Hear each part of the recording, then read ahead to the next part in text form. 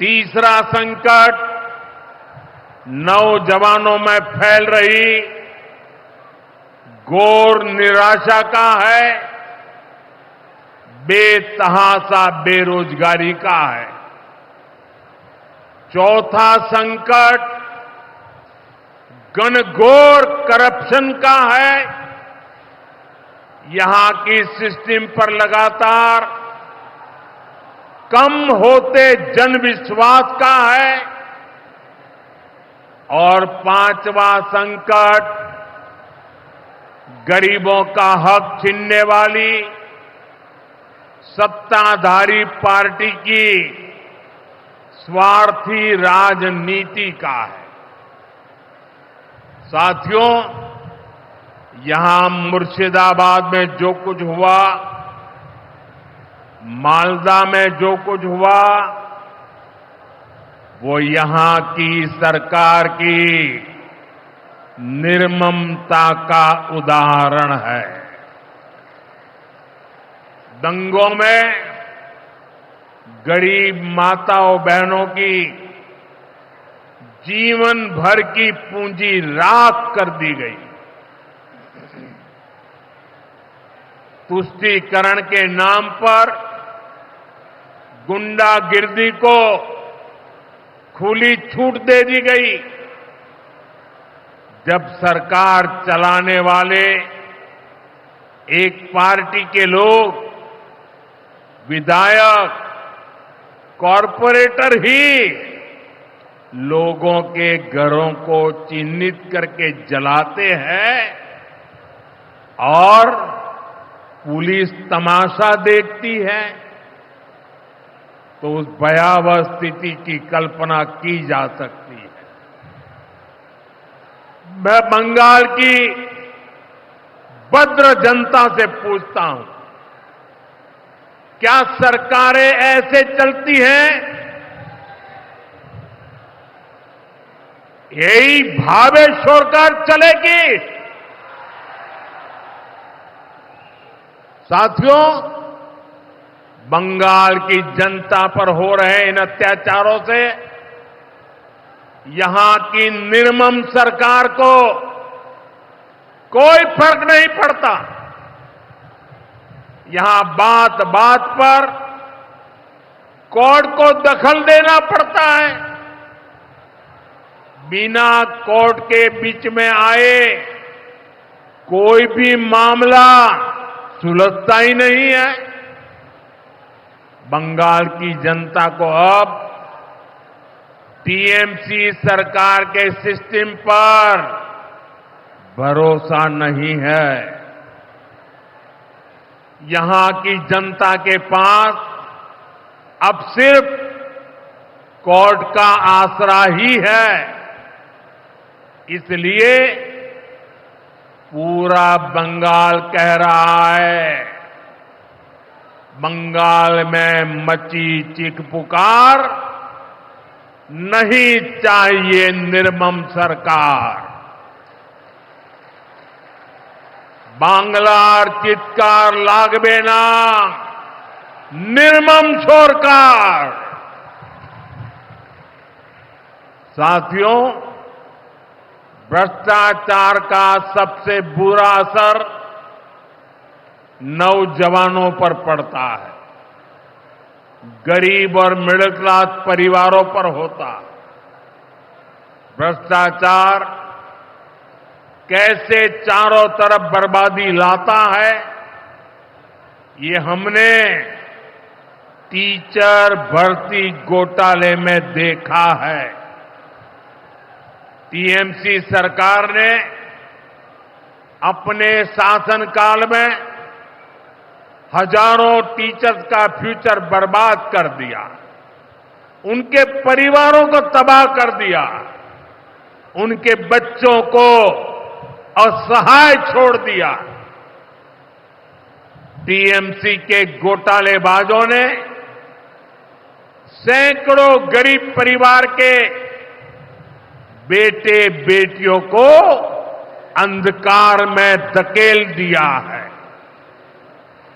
ये सिर्फ कुछ हजार टीचर्स के भविष्य के साथ खिलवाड़ नहीं है, बल्कि पश्चिम बंगाल के पूरे एजुकेशन सिस्टम को बर्बाद किया जा रहा है। टीचर्स के अभाव में लाखों बच्चों का भविष्य दांव पर है। इतना बड़ा पाप टीएमसी के नेताओं ने किया है। हद तो ये है कि ये लोग आज भी अपनी गलती मानने को तैयार नहीं है। उल्टा देश की अदालत को, न्यायपालिका को, कोर्ट को दोषी ठहराते हैं। साथियों, टीएमसी ने चाय बागान में काम करने वाले साथियों को भी नहीं छोड़ा है। यहां सरकार की कुनीतियों के कारण टी गार्डन लगातार बंद होते जा रहे हैं। मजदूरों के हाथ से काम निकलता चला जा रहा है। यहां पीएफ को लेकर जो कुछ भी हुआ वो बहुत शर्मनाक है। ये गरीब मेहनतकश लोगों की कमाई, उस पर डाका डाला जा रहा है। टीएमसी सरकार इसके दोषी लोगों को बचाने की कोशिश कर रही है। और मैं बंगाल के मेरे भाई बहन आपको विश्वास दिलाने आया हूं, भाजपा ये नहीं होने देगी।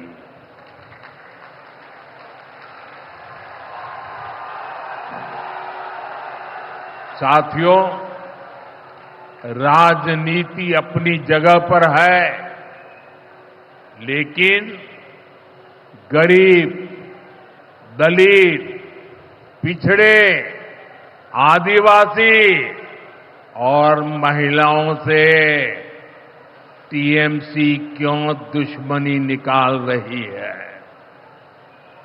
पश्चिम बंगाल के गरीब, एससी, एसटी, ओबीसी के लिए जो भी योजनाएं देश में चल रही है, उनमें से बहुत सारी योजनाएं यहां लागू ही नहीं होने दी जा रही है। पूरे देश में करोड़ों लोगों को आयुष्मान योजना के तहत मुफ्त इलाज मिल चुका है, लेकिन मुझे दुख के साथ कहना पड़ रहा है, इसका फायदा पश्चिम बंगाल के मेरे भाई बहनों को नहीं मिल रहा। पश्चिम बंगाल का कोई साथी अगर दिल्ली, बेंगलुरु, चेन्नई गया है, उसको वहां मुफ्त इलाज नहीं मिल पाता है, क्योंकि निर्मम सरकार ने बंगाल के अपने लोगों को आयुष्मान कार्ड देने ही नहीं दिया। आज देश भर में 70 वर्ष से ऊपर के बुजुर्गों को 5 लाख रुपए तक मुफ्त इलाज की सुविधा मिल रही है। मैं तो चाहता हूं कि पश्चिम बंगाल में भी 70 वर्ष से ऊपर के सभी बुजुर्गों को मुफ्त इलाज की सुविधा मिले, लेकिन टीएमसी सरकार ये नहीं करने दे रही है। केंद्र की बीजेपी सरकार देश भर में गरीब परिवारों को पक्के घर बनाकर दे रही है, लेकिन पश्चिम बंगाल में लाखों परिवारों का घर नहीं बन पा रहा है। क्योंकि टीएमसी के लोग इसमें भी गरीब के पास से कट और कमीशन की मांग कर